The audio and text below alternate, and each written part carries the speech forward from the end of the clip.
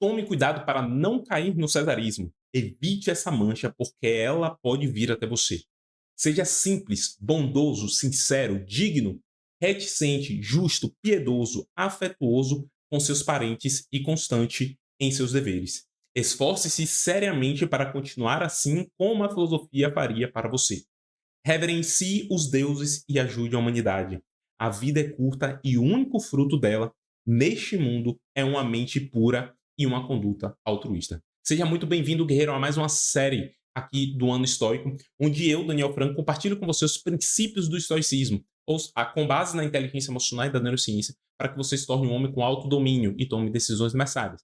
Qual o sentido disso tudo? Cara, você assume o controle da tua vida, se torne um imperador, irmão, e saiba o caminho exato para se tornar um homem melhor, não só para você, mas para a tua família, para os teus amigos, para os teus parentes, para a tua comunidade.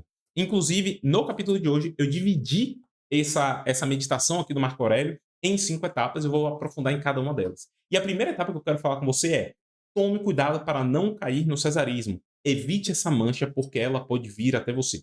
O que ele quer dizer com cesarismo? Cesarismo significa César era o imperador, era o maioral. Cara, se tivesse alguém ali no Império Romano, grego, etc., era o César, é o cara que todo mundo olhava. Inclusive, se você conecta com o cristianismo, você percebe que há muito aquela conversa, principalmente no Novo Testamento, de que o imperador, o César, quer fazer. Paulo, inclusive, pediu uma audiência com o César para que ele pudesse trazer ali e se defender, para que ele não fosse morto. Ou seja, era uma figura de autoridade.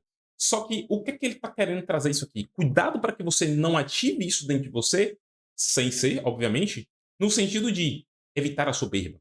Evitar a sensação de que você é maior e melhor do que os outros. Obviamente, tá? Isso no aspecto único, exclusivo do homem. Existem mulheres que ativam isso também. Mas eu estou conversando com você. Eu e você, guerreiro, estamos aqui nesse processo de amadurecimento, de crescimento pessoal. Nesse sentido, o que é que eu quero que você entenda? Cuidado com essa perspectiva do macho alfa, do eu mando, eu sou o maioral, eu entendo tudo, eu sei de tudo, quem manda aqui sou eu. Cara, não é bem assim que funciona. O processo é em comunhão, você vive em sociedade. Inclusive, você está vivo aqui hoje, assim como eu, porque nós, como seres humanos, desenvolvemos a habilidade de viver em comunidade.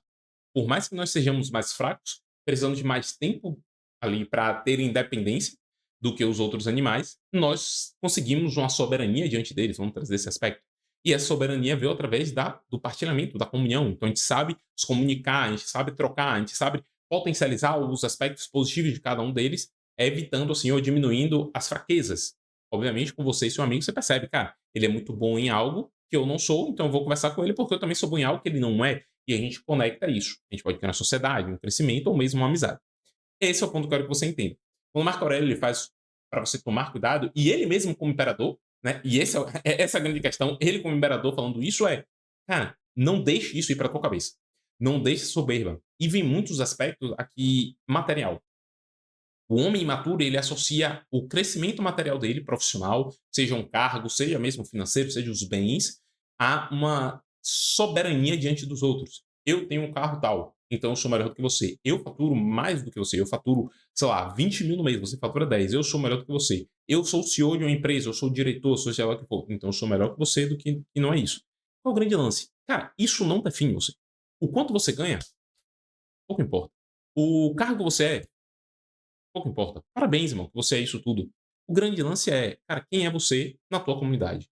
Você ajuda a tua comunidade, você ajuda as pessoas, você cresce porque você busca o crescimento dos outros também, ou você cresce só porque você quer? Você tem esse dinheiro e esse dinheiro, como é que eu posso dizer assim? Ele é compartilhado com os outros ou é único somente para você? Para carros, bens, etc., mulheres, garotas?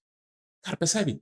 O uso disso é muito mais importante do que o fato de você ter isso. Inclusive, como diria Lúcia Helena Galvão, cara, uma pessoa extraordinária, de uma mente absurda, da Nova Acrópole, ela fala que, velho, se você estiver indo pro abismo, é muito melhor que você esteja indo a pé do que numa Ferrari, num Porsche, numa Lamborghini.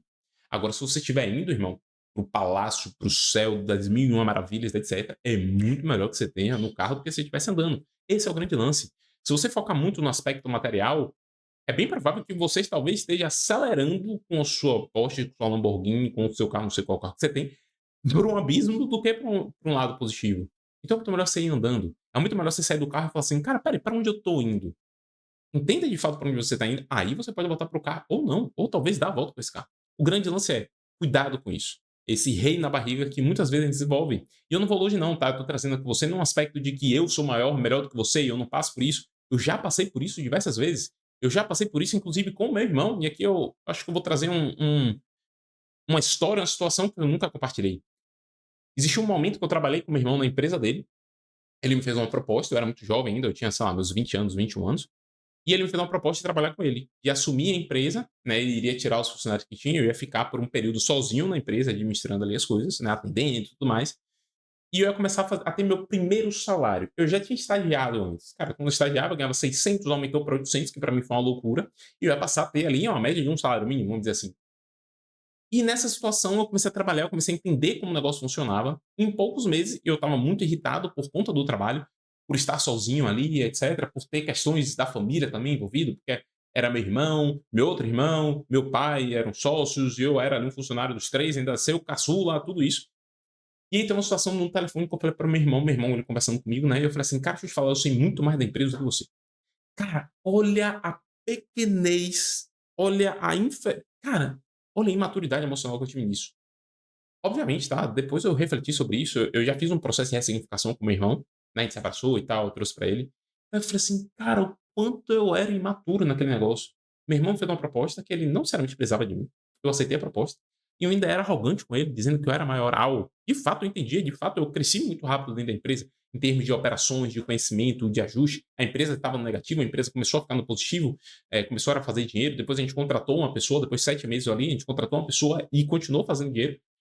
Mas eu cheguei e trouxe isso para um irmão que tinha, sei lá, 10 anos com a empresa dele, tinha uma média de 10 anos, e ele já tinha trabalhado no segmento antes, né, meu irmão, graças a Deus, muito bem de vida, e eu dizendo que eu era melhor que ele, um cara com 20 anos, que ganhava um salário mínimo ali mais ou menos, tá ligado, que morava com os pais, e era eu dentro daquilo. E esse é o ponto, tá, eu poderia ter o conhecimento até técnico maior, mas não era esse lance. A mentalidade de meu irmão era a mentalidade do empreendedor que eu queria acessar, porque eu tinha minha empresa também.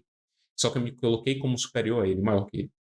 Assim como eu vou para outra situação, diante de meu pai, diversas vezes eu coloquei que eu era um parceiro melhor do que ele, isso já faz tempo, que eu sabia lidar melhor com o dinheiro do que ele, e era eu. Às vezes, naquele momento eu não tinha nem dinheiro, naquele momento eu tinha um conhecimento teórico, prático dos 500. Naquele momento eu não tinha esposa, eu não tinha filho, então era muito fácil eu dizer. Cara, independente, tá, de seu irmão mais velho, que era o caso do meu irmão, seu pai, etc, você nunca será maior do que ele. Isso você precisa entender. Esse é um aspecto que o masculino ele precisa olhar, o homem ele precisa olhar. Como eu enxergo para o meu pai, como eu enxergo para os homens da minha família, aqueles que vieram primeiro que mim. E quando você pega a constelação familiar, que é uma linha que utiliza de aspectos de conhecimento nessa questão da reverberação da família, você percebe que aquele que veio primeiro tem prioridade, aquele que veio primeiro, ele é maior do que você, porque ele veio primeiro no sistema. Ele já está na vida há mais tempo do que você. De fato, ele pode não conhecer mais do que você, tá? Mas ele tem o seu papel dentro do sistema e você deve honrar este papel. Este é o ponto. Não significa que já é um outro lado de você continuar sendo pequeno por conta disso. Ah, não, então, se meu pai ganha 10 mil, eu não posso ganhar 20 mil, porque se eu ganhar 20 mil, eu vou ser maior do que meu pai. Não, não é sobre dinheiro, como a gente falou assim. E muitas vezes, até com base no livro Segredos da Mente Milionária, ele fala sobre isso. A constelação familiar também. Às vezes, você, por honrar o teu pai, você acaba sendo leal a ele, que são coisas diferentes. Ou seja, você acaba sendo menor do que ele, nesse sentido, para que você não desonre. Só que é que tá, honrar o teu pai é você curar, você trabalhar aquelas coisas que ele precisava ter. Cara, se você fizer R$ 1.000.000, você vai estar honrando 1.000.000 de vezes seu pai, entendeu? Você não vai ser maior do que ele. Você vai estar honrando o teu pai. Quando você cresce, quando você constrói uma família, quando você constrói um império, seja dentro do teu trabalho, seja com a tua empresa. Esse é o grande lance. É isso que eu preciso entender. E percebe que é um processo geracional. A Bíblia traz isso, a constelação familiar traz isso, o próprio Jung traz isso. Cara, todo mundo traz esse aspecto. Se você for para mais distintas linhas de pensamento para o crescimento e desenvolvimento pessoal, você vai ter o quê? Que existe um processo geracional, de família para família, de pai para filho. Isso passa. Só que é que tá, isso pode continuar com você ou isso pode encerrar em você. Isso é o que falam da maldição. Você escolhe. Então, esse aspecto do rei na barriga, ele está muito conectado a isso. A um processo de soberania, de eu ser melhor, de eu ser maior do que os outros. Na segunda parte aqui da nossa estrutura, dessa meditação de Marco Aurélio de hoje, ele fala, seja simples, ele dá o passo a passo. Olha como ele já traz. Seja simples, bondoso, sincero, digno, reticente, justo, piedoso, afetuoso E ele fala em 2 aspectos: com os seus parentes, cara, pai, mãe, esposa, filhos, etc., e constante em seus deveres. O que é que ele está querendo trazer aqui nesse aspecto? O próprio Marco Aurélio, se você lê, e eu recomendo que você leia o livro dele, Meditações, tá? É como se fosse o diário pessoal dele, que eu recomendo que você faça o seu diário pessoal, que você anote. Esse diário pessoal dele, ele fala aspectos que instrutores, mestres, mentores dele do estoicismo ensinavam. Existia, por exemplo, a roupa daqueles que eram da elite ali grega, vamos dizer assim, romana, que era utilizar o roxo. Uma roupa que era específica. A tonalidade roxa era muito difícil de ser feita, assim como o azul também era muito difícil. Hoje a gente acha em qualquer canto, de qualquer jeito. Naquela época, não. Você tinha que pegar uma ostra e você tinha que amassar a ostra e utilizar, era algo muito caro. Então somente a realeza utilizava. E aí um mestre dele falou, chegou para ele e disse: Cara, não usa esse negócio não. Por quê? Você não precisa demonstrar para ninguém que você é o imperador. Não precisa disso. O que você vai demonstrar do teu crescimento é a forma como você lida com a vida. Então ele não utilizava isso, ele se abstia desse aspecto, enquanto pessoas, obviamente da realeza ali, da high society, vamos dizer, da época, fazia questão de pela pompa. Porque lá, tipo assim, você não tinha um crescimento. Se você era escravo, você ia continuar sendo escravo. A não ser que o cara que era seu dono, ele te libertasse, mas você ainda assim ficaria lá embaixo, irmão. Você não ia subir muito, não. Né? Não tinha muito o que fazer. Hoje você já consegue essa escala, né? Os emergentes, vamos dizer assim, né? Que cresce, mas ainda tem as famílias tradicionais que muitas vezes dão uma olhada para aqueles emergentes assim, falando assim: "O que é que esse cara tá fazendo aqui?", não sei o quê. O ponto que eu quero que você entenda é: existem coisas que você precisa ter que são muito mais valiosas do que um cargo, do que um bem material. A simplicidade. Tanto que a gente vive numa sociedade onde o essencialismo ele vem crescendo muito. Tanto o estoicismo ele vem crescendo muito. Porque a gente percebeu que a gente virou uma sociedade muito focada no material. Cara, você vai nos Estados Unidos e um mentor meu, ele começou a morar lá, e ele falou assim: velho, eu me mudei, eu tinha uma máquina de lavar, e o meu vizinho ele jogou uma máquina de lavar fora. A máquina que ele jogou fora era melhor, estava em boas condições, condições melhores do que a minha máquina de lavar que eu tinha em minha casa, que eu tinha comprado. E eu fiquei tentado a pegar aquela máquina de lavar e colocar na minha casa e jogar a minha fora. Ou seja, a troca no processo do capitalismo, é que eu não estou falando assim, se eu sou pró ou contra, se deve ser, se não deve ser, eu não estou entrando no aspecto político aqui, não é essa a questão, mas entender a mentalidade das coisas. As coisas hoje são muito fúteis, são muito trocadas muitas vezes. Né? Um celular do ano passado já não tem mais função hoje, você tem que ter um novo celular. O carro de 2, 3 anos atrás já é um carro velho, obsoleto, você precisa de um novo carro para mostrar que você é atualizado. Você precisa fazer a nova técnica estética aí, assim por diante, novo suplemento. A gente vive hoje no mundo do novo. Só que é que tá, o processo de maturidade não é o processo do tudo novo. É um processo de desenvolvimento daquilo que você já tem, aquilo que você já é. Esse é o ponto. Não tem como você ficar trocando as suas emoções. As suas emoções, elas são suas, elas estão dentro de você. Não há como você viver constantemente buscando desejos e prazeres, que é o que a sociedade busca hoje, principalmente quando a gente foca nos relacionamentos líquidos. E aqui eu vou entrar no aspecto meu polêmico. Eu preciso trazer isso aqui para você. Falar sobre Red Pill. Eu vou trazer um vídeo específico sobre Red Pill, sobre comparações e etc. Mas o que eu quero trazer para você é a proposta por trás desse movimento Red Pill, se você acompanha ou não, é uma proposta interessante. É uma proposta de, tipo assim, o homem começar a despertar para o movimento que está acontecendo na sociedade, ali entre homem e mulher. Só que é que tá. Olhar essa situação e você se desenvolver como homem não significa você entrar em embate contra a mulher. Esse é o aspecto que eu quero trazer. E quando eu acompanho alguns conteúdos, né, obviamente, sobre a Red Pill, eu percebo muito pegar exemplos de mulheres que tomaram decisões ruins ali, por alguma questão emocional ou não, e relatar aquilo como se fosse a grande maioria das mulheres. E falar assim: tá vendo, irmão, porque você não deve se relacionar, porque você deve ficar sozinho, porque hoje você achar um relacionamento é algo absurdo, é horrível, as mulheres não querem mais. Então ficou um processo entre homem versus mulher. E não existe entre homem versus mulher. A família é o bem mais precioso que existe. Eu tô dizendo que você deve construir a família porque é isso que deve ser feito. Cara, não, talvez você não queira fazer. Não é esse o ponto.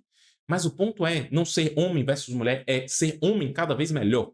É buscar a melhoria do homem. Por isso que eu me conecto muito mais ao estoicismo do que a este movimento Red Pill. Existem suas semelhanças, só que existem suas diferenças. Este é o grande lance. Cuidado com estar contra as mulheres. Não é esse o fator. Assim como muitos movimentos de mulheres colocam mulheres contra homens, não é ser contra, é se envolver como pessoa. Quanto melhor você se tornar, mais fácil vai ser as suas comunicações, as suas conexões com as pessoas. Não é um processo de ressentimento de eu quero impor ao outro como deve ser a nossa relação, como deve ser a nossa conexão e assim por diante. Cara, busca. Aspectos como o Red Pill traz estoicismo, também o treinamento físico, a parte da leitura, de conexão, de crescimento intelectual, de buscar crescer profissionalmente, buscar cuidar a si mesmo. Porque houve um período onde os homens abriram mão do seu cuidado pessoal para que eles pudessem crescer profissionalmente e trazer um sustento para a família. Só que, cara, vamos lá, você deve ter o seu cuidado pessoal também. Mas para eu ter o meu cuidado pessoal, eu não preciso lutar contra as mulheres para ter isso. Capitão, a mensagem? Tome muito cuidado com movimentos que são criados, tá? Existem bases, obviamente, para as coisas, existem aspectos positivos, só que existe, cara, as entrelinhas das situações. Então, muito cuidado com esse movimento Red Pill. E dando continuidade aqui à meditação de Marco Aurélio, ele traz: esforce-se seriamente para continuar assim como a filosofia faria para você. Por quê? Cara, não vai ser fácil. E a filosofia aqui, o estoicismo, ele traz como um movimento de prática diária, vida. A filosofia não é para ser algo teórico, é para ser algo prático. O estoicismo, ele evidencia muito isso. É algo muito prático. Tanto que no estoicismo existe a academia, né? Era assim que eles chamavam na filosofia antigamente. Era a academia de Platão, eh, a academia de Heráclito, a academia de não sei o que lá das contas. Todo mundo, todo filósofo que ele tinha, que ele crescia, ele construiu uma academia. Hoje a academia a gente entende como ginástica, musculação, mas a academia era esse aspecto onde não só tinham a troca, os discursos, os debates, as conversas para crescimento mútuo, como também existia essa parte do treino, tá? Então, o desenvolvimento tanto do espiritual, como do intelectual, emocional e assim por diante, como do físico. Marco Aurélio, inclusive eu lendo esse dia, não lembro se foi ontem ou foi anteontem, ele fala sobre isso. Cara, não deixa teu corpo ser fraco não, porque não adianta você ter uma mente forte e um corpo fraco, porque o corpo não vai sustentar aquilo. Este é o grande ponto. Um outro cara que traz esse aspecto mais recente é David Gold, no seu livro Nada Pode Me Ferir. Ele faz o quê? Ele percebe que, cara, é sua mente que controla tudo, mas você precisa ter um corpo forte, porque se sua mente for forte e você encontra a situação física, você não vai conseguir suportar. O seu corpo ele precisa estar pronto para suportar isso. Então desenvolve esse aspecto. E eu trago, cara, você como homem deve treinar todo santo dia. Todo santo dia. Cara, tem 4 dias que eu não treino, porque Malu está pequena, Jo acabou, minha esposa, acabou não se sentindo bem e eu precisei acordar toda madrugada com a Malu, que ela vinha, o dente tá crescendo e tudo mais. Velho, eu me senti péssimo. Hoje mesmo eu tô aqui e falei assim, irmão, preciso sair daqui, eu preciso treinar, eu preciso correr, eu preciso fazer alguma coisa. Porque é como se despertasse. É como quando você sai do treino, você assim, irmão, agora eu tô pronto pra vencer o mundo. Você aumenta aquela carguinha, sabe? Nem que seja um quilo, você fala assim, cara, irmão, hoje eu tô gigante, eu tô imenso. Esse é o ponto. O treino, ele desperta, ele desenvolve o teu masculino, a tua garra, a tua vontade de correr atrás. Isso é extremamente importante. E a gente está vivendo, até trazendo um aspecto aqui de conexão com o Red Pill que eu estava falando antes, a gente está desenvolvendo, a gente está num momento hoje onde as mulheres estão buscando também esses treinos. As mulheres estão buscando também esse crescimento. Inclusive, e a gente vai entrar numa outra questão aqui da área da saúde, mulheres utilizando testosterona. Isso desperta. Existe uma aproximação do que é o masculino. Obviamente, um dos movimentos que diferencia é a parte hormonal. Nós temos mais testosterona do que as mulheres. Nós desenvolvemos mais isso. Por alguns aspectos. Então, temos mais massa muscular, etc. Só que você começa a ver um movimento onde a mulher começa a entrar nesse lugar. Você vai treinar e fala assim, cara, a mulher tá pegando mais peso que você. E você fica assim, porra, irmão, qual foi dessa mulher aqui? Tô conversando comigo mesmo, tá falando sobre isso. Assim, velho, e aí você se sente, tipo, cara, pera aí, cadê meu masculino aqui? Quem eu sou? Então, nesse movimento que está crescendo, tá? De competição, infelizmente estão criando isso, e eu não enxergo isso como algo positivo, tá? Esse processo de competição. Obviamente, os dois devem treinar, devem buscar, etc., mas não competir um contra o outro, por N fatores. Você precisa desenvolver essa habilidade, você precisa estar bem com o teu masculino. Não é você estar melhor do que a mulher, não é você carregar mais peso do que a mulher, não é sobre isso. É você estar bem com o teu masculino, é você despertar esse masculino dentro de você. Inclusive, eu te faço um convite aqui agora para que você faça parte da Academia do Masculino Integral. É uma academia onde eu criei para desenvolver não só esses aspectos do intelectual, com base em estoicismo, inteligência emocional, neurociência, como também te trazer direcionamentos referente à nutrição, diferentes exercícios físicos, a práticas diárias, hábitos e etc. Então, eu vou deixar o link aqui na descrição para que você conheça a Academia do Masculino Integral e faça parte desse conjunto de homens que tem crescendo cada dia mais. Continuando aqui, nesse aspecto da meditação de Marco Aurélio, a gente vai para a quarta etapa. Nessa quarta etapa, ele fala: referencie os deuses e ajude a humanidade. Eu não vou me estender muito dentro dela, tá? Porque, obviamente, no estoicismo, nessa época, a visão da espiritualidade, a visão religiosa deles, era que existia a natureza, o universo, de que existia um Deus criador, vamos dizer assim, uma entidade criadora de tudo. Só que essa unidade criadora, ela reverberava, ela se manifestava aqui no nosso meio, né, no nosso mundo material, de formas diferentes. Era expressa através do quê? Dos deuses. Os deuses que representam, aí você vai ter Zeus, Apolo e assim por diante, né? Poseidon, Hades, cada um representa uma parte desse todo. E aí entra o que seria uma religião panteísta, ou seja, tem vários deuses ali, tem muitos deuses na Grécia e na Roma que é, meu Deus do céu, não consegue nem decorar, tirando os filhos, dos filhos, dos filhos, etc. E toda a situação ele remete a isso. A situação onde os deuses fizeram algo que tem uma conexão com o humano. Então, a conexão entre o divino e o material, o divino e o humano. O grande lance que ele fala aqui é, cara, esteja alinhado com essa divindade, esteja alinhado com o teu propósito aqui na Terra, com o que os deuses, esse Deus específico, ele trouxe para você. E aqui eu quero que você enxergue além, tá? Se você é cristão, etc., que você enxergue para além da forma religiosa de pensar. Entenda na seguinte questão. Deus, criador ali cristão, ele traz esse aspecto também. Irmão, você tem um papel, você tem uma missão. Ele coloca algumas leis ali. Amar ao próximo, os mandamentos. Né? Amar ao próximo, não roubará, não matará, não sei o que lá, e etc. Não reverenciar outros deuses. Esse é um alinhamento do cristianismo. O aspecto aqui que ele fala é, e existe o processo da adoração. Aqui existe também esse movimento de conexão. Aí que tá, independente da sua religião, tá? Ou se você também não possui uma religião, cara, se conectar com algo maior. Tá? Eu, particularmente, não me conecto muito com o processo do ateísmo, né? Eu acredito que existe algo superior, sim. Por mais que às vezes a gente fique naquela, cara, o que de fato é isso? Enfim. E o outro aspecto que ele fala é ajuda à humanidade. Porque o estoicismo ele foca muito no movimento de que tudo que você faz do teu crescimento não é apenas para você, é para a tua comunidade como um todo, para as pessoas que estão à sua volta. Então, toda vez que você faz algo, não só para representar, para honrar as divindades, ou seja, o universo, a natureza, é para você também honrar aqueles que estão com você. Então, era muito forte essa parte da política, essa parte da sociedade com o estoicismo. Eu acredito que isso é importante, tá? Tem uma outra área também que existe muita competição hoje. Não é sobre competição, é sobre criar uma sociedade, um estado melhor. Este é o grande lance que a gente deve entender. Toda vez que a gente busca algo que cria rixa, rivalidade, cara, perceba que aquilo é de baixa vibração, aquilo não é a fim de um crescimento mútuo. E aqui, dando continuidade para a gente encerrar a última etapa aqui, seria a vida é curta e o único fruto dela neste mundo é uma mente pura e uma conduta altruísta. Ou seja, cara, é muito rápido o que você vai ver aqui. Eu vou trazer uma perspectiva, tá? Uma média de 80 anos, talvez você passe dos 80 por 100. E obviamente depende como se você começar a treinar sua mente e o teu corpo, você chega lá bem, né? Porque chegar aos 80, 90, 100 sem poder fazer nada, não sei até que ponto isso é uma dádiva. Mas é que tá. O fato de você buscar isso é entender que, cara, a vida é curta. E dois aspectos que o estoicismo traz aqui como princípio é memento mori e memento vivere. São duas linhas que são opostas complementares, vamos dizer assim, como talvez, inclusive, como se fosse o yin yang aqui. Eu vou me atrever a dizer isso, tá? Quem sou eu? Não sou nenhum cientista do estoicismo, da filosofia, nem nada do tipo. Eu sou um praticante. Mas o aspecto aqui é como se fosse esse yin yang do positivo e negativo. O memento mori, ele se baseia no quê? Cara, lembre-se que um dia você vai morrer. A vida é curta. Ela passa, irmão. É agora, você deve viver o agora, o presente. Esquece o passado, para de pensar no futuro, viva o hoje. Obviamente, buscando algo lá na frente, buscando dar o teu melhor, mas o melhor que você pode fazer hoje. Memento viver, ele já diz o oposto, que é tipo assim, cara, aproveite a vida, viva a vida. Aproveite cada momento dessa vida.